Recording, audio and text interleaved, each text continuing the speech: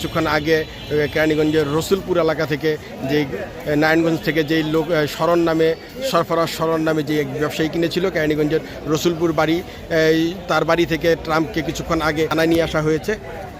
আমরা এখানে এসে দেখেছি যে ট্রাম্প এখনও পর্যন্ত তাকে যে থানায় পিকআপে করে নিয়ে আসা হয়েছে, পিকআপের মধ্যে এখনও রয়েছে। এবং আমরা যতদূর জানতে পেরেছি যে ট্রাম্পকে যে এটাকে কুরবানি দেওয়া যাবে না এবং এটাকে প্রশাসনের পক্ষ থেকে এবং সরকার উচ্চ পর্যায়ের পক্ষ থেকে সেটিকে নিয়ে আসা হয়েছে। এটি এখন আর কুরবানি দিতে দেওয়া হবে না। মালিক পক্ষের যারা এটা কিনেছিলেন তাদেরকে টাকা দিয়ে দেওয়া হবে অথবা অন্য পশু কিনে দেওয়া হবে, কিন্তু তাদেরকে এই মহিষটি আর দেওয়া হবে না, সেটাই তাদেরকে জানিয়ে নিয়ে আসা হয়েছে। আমরা দেখতে পাচ্ছি যে ট্রাম্পকে সরকারিভাবে নিয়ে যাওয়ার জন্য আরও একটি ট্রাক এখানে মাত্র প্রবেশ করেছে এবং এই ট্রাকে করেই যেই ভাইরাল মহিষ রয়েছে ট্রাম্প, তাকে এখান থেকে নিয়ে যাওয়া হবে।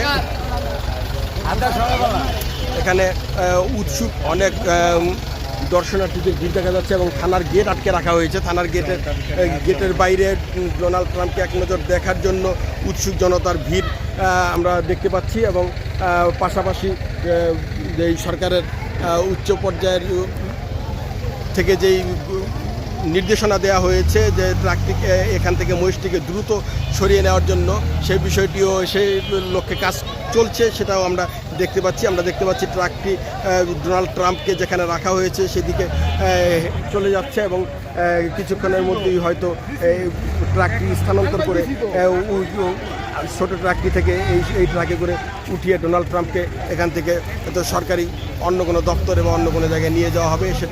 আমরা যে ক্রেতা রয়েছে তার সাথে আমরা আলাপ করে জানতে পেরেছি যে তাদেরকে যে কুরবানির পশুর যে মূল্য রয়েছে সেই মূল্য তাদেরকে ফিরিয়ে দেওয়া হবে এবং তারা এটাকে নিজের স্বইচ্ছাই এবং কোনো প্রকার চাপের ঊর্ধ্বে উঠেই তারা এটাকে ফিরিয়ে দিচ্ছেন, এমনটাই তারা জানিয়েছেন। আমরা এখন কথা বলে জানার চেষ্টা করব, যে ক্রেতা রয়েছেন তার সাথে আমরা এই বিষয়টি নিয়ে কথা বলার চেষ্টা করব।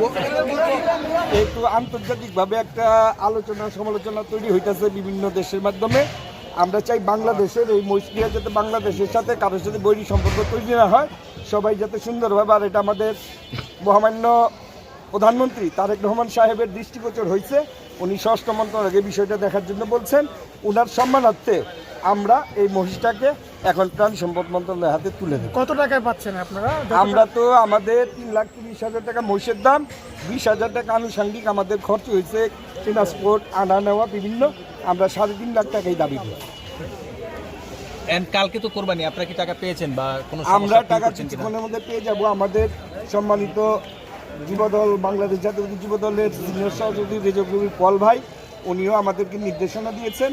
প্রশাসন আন্তরিক, আশা করি কিছুক্ষণের মধ্যে আপনারা দেখতে পাবেন আমরা টাকা তাদের কাছ থেকে পাবো বলে আশা করি। আপনারা ব্যতিক্রমী কোনো উদ্যোগ নিয়েছেন কিনা কোরবানি করার জন্য? আমরা এখন এটা কোরবানি তো করতেই হবে, নিয়োগ করছিলাম এটা কোরবানি করবো, কিন্তু যেহেতু একটা বিতর্ক, মনে কষ্ট থাকার পরেও বিতর্কের ঊর্ধ্বে থাকার জন্য আমরা বিকল্প পশু ক্রয় করে কোরবানি দেওয়ার চিন্তা ভাবনা। দর্শক, আপনারা এতক্ষণ শুনলেন যে পশুটির যে ক্রেতা রয়েছে তাদের বক্তব্য শুনলেন। তারা থানা থেকে কিছুক্ষণের মধ্যেই প্রাণী সম্পদের কর্মকর্তারা তাদেরকে পশুটির মূল্য বাবদ যে টাকা রয়েছে সেটি ফেরত দিয়ে দিবেন এবং তারা সেই টাকা দিয়ে অন্য আরেকটি পশু কিনে কুরবানি দিবেন, এমনটাই তারা আমাদেরকে জানিয়েছেন। এবং আমরা জানতে পেরেছি যে পশুটিকে কিছুক্ষণের মধ্যেই